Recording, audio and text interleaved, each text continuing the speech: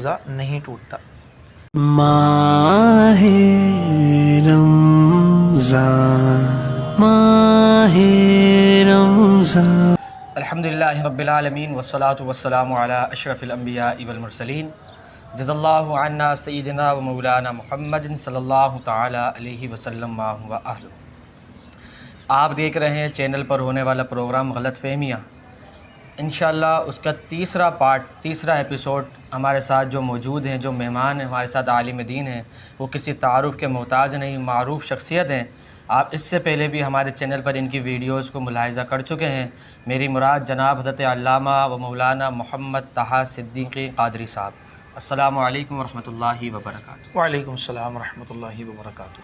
माशाल्लाह आज हम अल्लामा साहब से अपने जो सोशल मीडिया के ज़रिए हमारे पास सवालात होते हैं, उन सवालात के जवाबात तो दो हम ख़ुद दे चुके हैं 2 पार्ट में। आज हमने मेहमान आलिम दीन को मदऊ किया, इन्होंने हमें टाइम दिया, आपका बहुत शुक्रिया। अल्लाह तबारक व तआला आपका आना, पढ़ना, पढ़ाना और हमें समझाना, जवाबात देना अल्लाह पाक आपका कबूल फ़रमाए। पहला सवाल बिला ताख़िर अल्लामा साहब से करते हैं कि कोई अगर ऐसा शख्स हो जो भूले से खा पी ले, तो इससे तो रोज़ा नहीं टूटता। अब उसने भूले से खा पी लिया, मगर उसने जब किसी से पूछा कि यार मैंने भूले से खा पी लिया है, अब सामने वाले ने उसको कहा कि तुमने खा लिया, पी लिया, तो अब तुम्हारा रोज़ा टूट गया। अब मगर उस पूछने के बाद उसने जानबूझ के खा लिया, तो अब रोज़े का क्या हुक्म होगा उस शख्स के लिए? अल्हम्दुलिल्लाहि रब्बिल आलमीन वस्सलातु वस्सलामु अला अशरफिल अंबिया वल मुरसलीन अम्मा बाद फ़अऊज़ु बिल्लाहि मिनश शैतानिर रजीम बिस्मिल्लाहिर रहमानिर रहीम।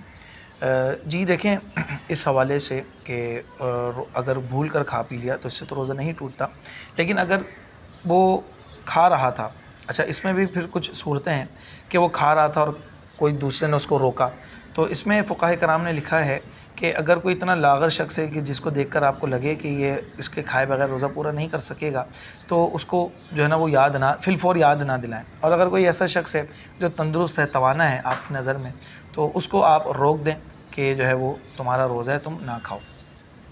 लेकिन अगर किसी शख्स ने इस तरह का मामला कर लिया और जो है वो उसका रोज़ा तो नहीं टूटा था, लेकिन अब दूसरे शख्स ने उसको बोला कि भाई तुम्हारा रोज़ा टूट गया, तुम लिहाजा जो है ना वो पानी वानी पी लो या जो भी काम जो रोज़े के मुनाफी हैं वो उससे करवा लिए, तो अब ये जो रोज़ा टूटा है, तो अब जो है उसके बोलने पर जो मामला हुआ है, तो अब ये रोज़ा टूट जाएगा।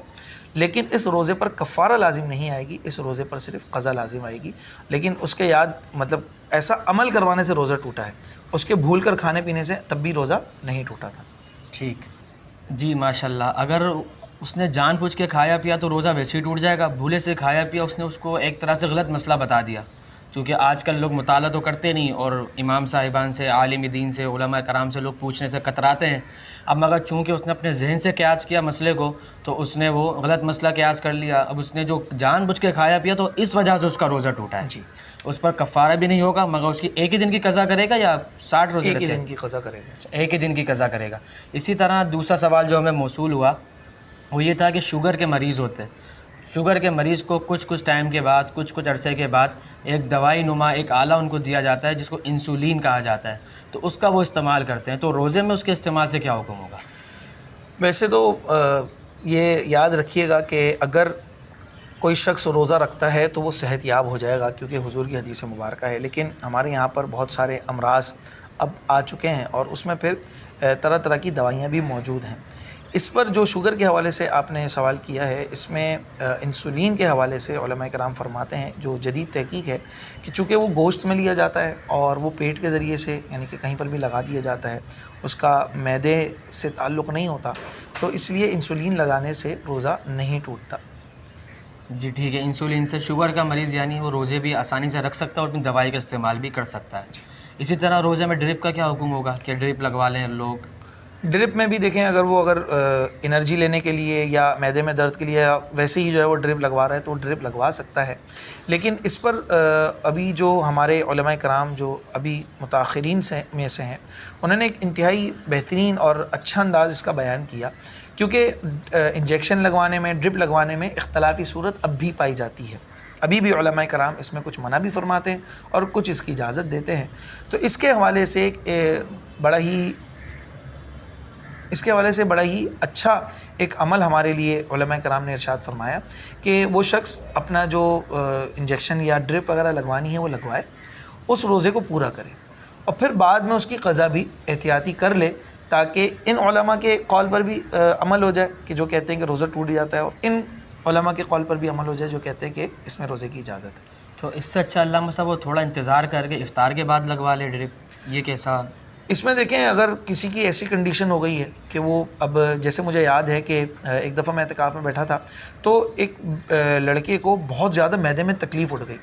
मैदे की ये जो तकलीफ़ होती है इसमें यानी कि जो गैस होती है वो ऊपर की तरफ बन जाती है और वो यानी कि इंसान की हालत बहुत ज़्यादा ख़राब हो जाती है। या फिर जिगर, इसके अंदर बहुत ज़्यादा तकलीफ़, या गुर्दे की तकलीफ़, इसमें यानी कि अगर आप कोई दर्द वाला इंजेक्शन ना लें तो उमूमी तौर पर ये दर्द इतनी आसानी से नहीं जाता और बंदा तड़प कर रह जाता है।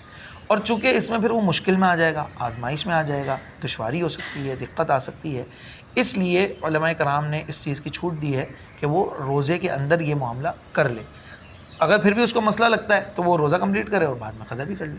ठीक ठीक, माशाल्लाह। इसी तरह आजकल हमारे ज़माने में फ़ोश वीडियो का आम है, लोग फ़ोश वीडियो भी देख लेते हैं, कोई गलत मवाद भी देख लेते हैं, बेहयाई भी आजकल हमारे माशरे में बहुत है।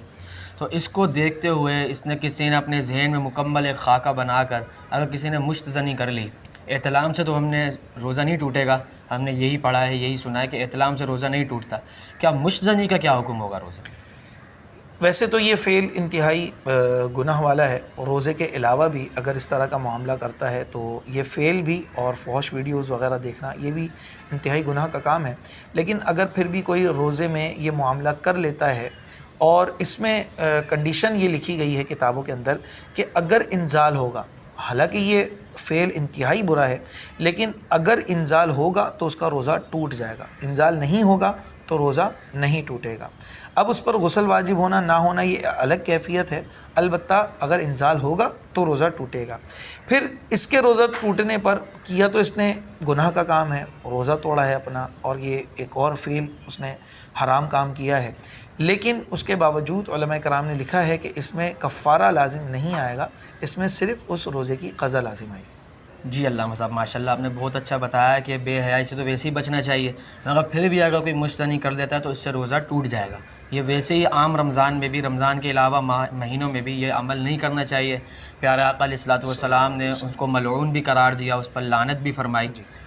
इसी तरह एक और सवाल हमें मौसूल हुआ है कि किसी शख्स के बदन पर ज़ख़म हो गया है, अब वो बंदा ज़ख़म पर मरहम लगा रहा है ताकि उसका ज़ख़म जल्दी ठीक हो जाए, वो जल्दी सेहतियाब हो जाए, बेहतर हो जाए, तो अब वो रोज़े की हालत में क्या ज़ख़म पर मरहम वग़ैरह या कोई दवाई वग़ैरह लगा सकता है? इससे रोज़े पर कोई असर पड़ेगा या नहीं पड़ेगा? अगर किसी के जिस्म पर कोई ऐसी चोट वग़ैरह मौजूद है कि जिससे खून बहता हो या उस पर ज़ख़म बहुत ज़्यादा है, तो रोज़े की हालत में वो उस पर पट्टी वग़ैरह कर सकता है। बस ये ख़याल रखें कि आप ऐसा ना हो कि उसकी तकलीफ़ की वजह से आप रोज़ा तोड़ दें। अगर वाकई आप रोज़ा उस हालत में रख सकते हैं ज़ख़म वग़ैरह की सूरत में तो रखना चाहिए, वरना अगर ना रखें तो उसमें चूँकि मरीज़ के लिए छूट है तो आप उसका इस्तेमाल कर सकते हैं। अलबत्ता ज़ख़म पर जो मरहम वग़ैरह है या कोई पट्टी वग़ैरह हम लगाते हैं तो उससे रोज़े पर फ़र्क नहीं पड़ता। माशाल्लाह, ये कुछ सवालात थे जो हमारे पास आज मौसूल हुए थे सोशल मीडिया के ज़रिए, जिसका जवाब देने के लिए हमने अल्लामा ताहा सिद्दीकी साहब से टाइम लिया, वक्त लिया, और उन्होंने हम पर करम भी फरमाया, तशरीफ़ भी ले आए। आपका बहुत शुक्रिया अल्लामा साहब, आपने हमारी रहनुमाई की, हमें टाइम दिया, वक्त दिया। अल्लाह तबारक व तआला आपका हामी व नासिर हो। दीजिए इजाज़त। अस्सलामु अलैकुम व रहमतुल्लाहि व बरकातहू।